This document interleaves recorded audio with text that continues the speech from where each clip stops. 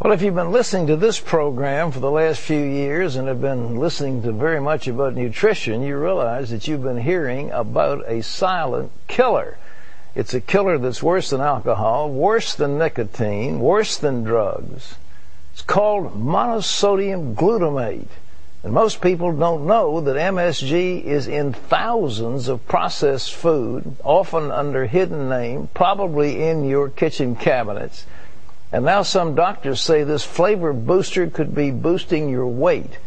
This is going to be the first of a 4-part series, today, tomorrow, and then 2 next week, by medical reporter Galen Tethrow on the dangers of MSG. MSG. You may think it's only an ingredient in Asian food, but you're wrong. It's everywhere. From restaurants to your grocery to your kids' school cafeterias, even your baby's formula. Monosodium glutamate is a flavor enhancer that's been big in the U.S. since the 50s. It's supposed to make your food taste better, but research shows MSG is making us fat. It's very difficult to exercise off. It's very difficult to diet off.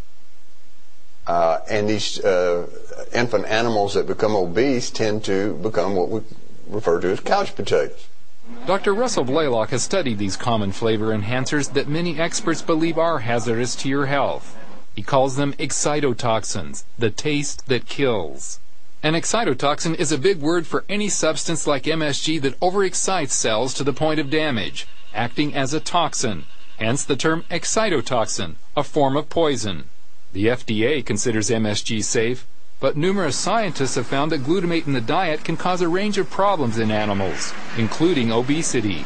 These foods, particularly in a child, is certainly of the dose equal to what you're seeing in animals. Now, the thing that's peculiar about the child, they're 4 times more sensitive than an adult. Pound for pound. Pound for pound. So babies in the womb and young children up to about age 3 are the most threatened. That means expectant mothers may need to be mindful of their diets. And when the babies are born, moms may want to watch out for formula. Nearly all formulas contain processed milk or soy protein. Because of the processing, these proteins are broken down into MSG and related excitotoxins. The other curious thing about exposing animals to MSG early in life is they prefer sweet foods. Foods with sugar in it, carbohydrate foods, and they stay away from the foods that are healthier. And that can contribute to obesity throughout life and can make it almost impossible to lose weight. So is the public getting enough MSG in their food to trigger obesity? Estimates for MSG consumption vary widely, but almost everyone acknowledges significant and steady increases in the diet since 1960. And that may relate directly to government figures on excess pounds. Over the last 40 years, the government says adult obesity has jumped from 13% to 34%, and the number of overweight youth has quadrupled to almost 20%, with a steady rise for 40 years. Of course, that doesn't necessarily prove the MSG has caused the increased obesity.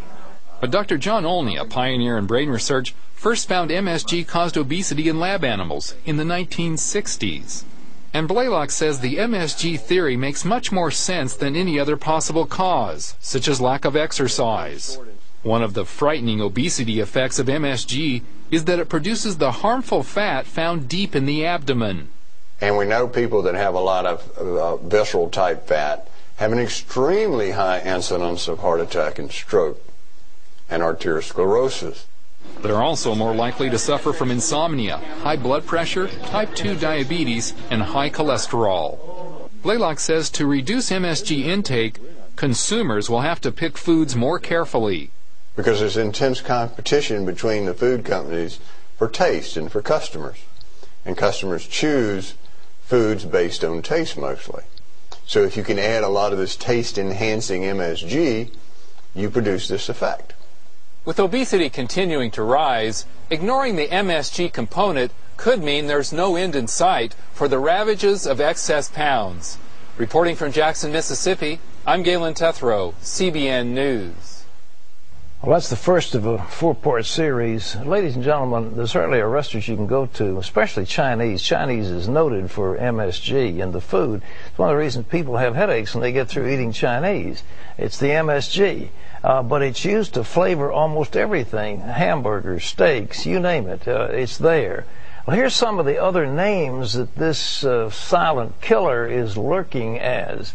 Aspartame broth, casein or caseinate, glutamate, hydrolyzed or autolyzed yeast, and hydrolyzed protein. Well, you can learn more about what foods contain MSG if you log on to cbn.com.